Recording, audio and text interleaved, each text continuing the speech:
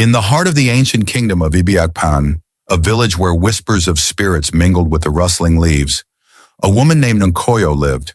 For years, she and her husband, Etem, toiled in their fields, longing for the laughter of a child to fill their empty home. The ache in Nkoyo's heart grew each season, and though she was beloved for her strength, her eyes were shadowed by sorrow. One moonless night, Nkoyo made a decision. Tired of waiting on the god's silence, she ventured deep into the forbidden forest, where the earth breathed with ancient powers and every rustle seemed like a warning. She sought the help of the feared juju priestess, Nsidibé, known for harnessing the dark forces of the spirits. Only Nsidibé, Nkoyo believed, could grant her the child she so desperately wanted. In the depths of the forest, beneath an ancient tree, Nsidibé greeted Nkoyo with knowing eyes. "The spirits will give you what you seek, but the price is great.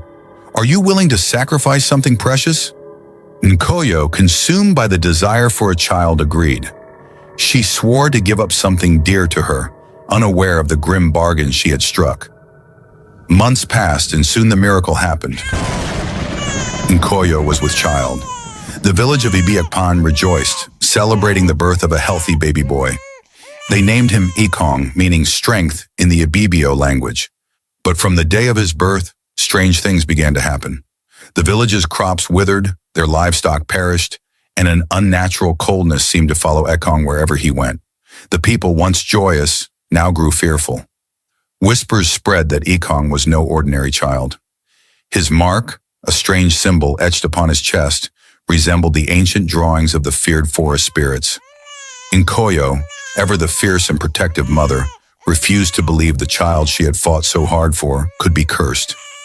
Her love was stronger than fear, but then tragedy struck. One evening, the daughter of the village's chief, Ifik, disappeared.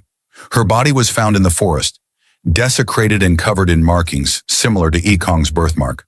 The village, gripped with fear, turned its suspicions towards Nkoyo's son. Etim, torn between his love for his family and the growing terror in the village, confronted Nkoyo. It was then she revealed the pact she had made with Nsidibé. "He is our child, but he is also bound to the spirits," she whispered, her heart heavy with regret.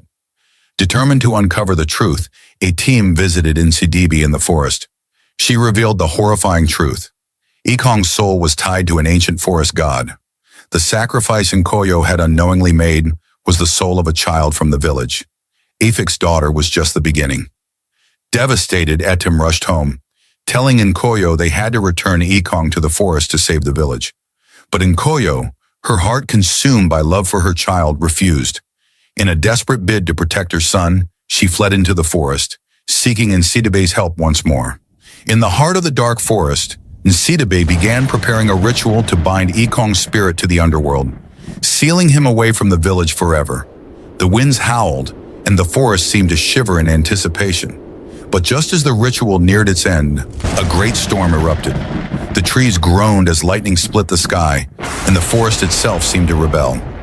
Edom, alongside the village chief and a group of warriors, tracked Nkoyo to the heart of the forest. There, amid the chaos, they confronted Nsidibé. Before the priestess could complete the dark ritual, the forest grew silent.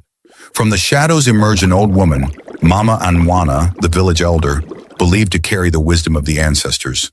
Her voice was soft yet powerful as she chanted ancient prayers. She revealed that though Ikong was bound by dark forces, love and sacrifice could break the curse.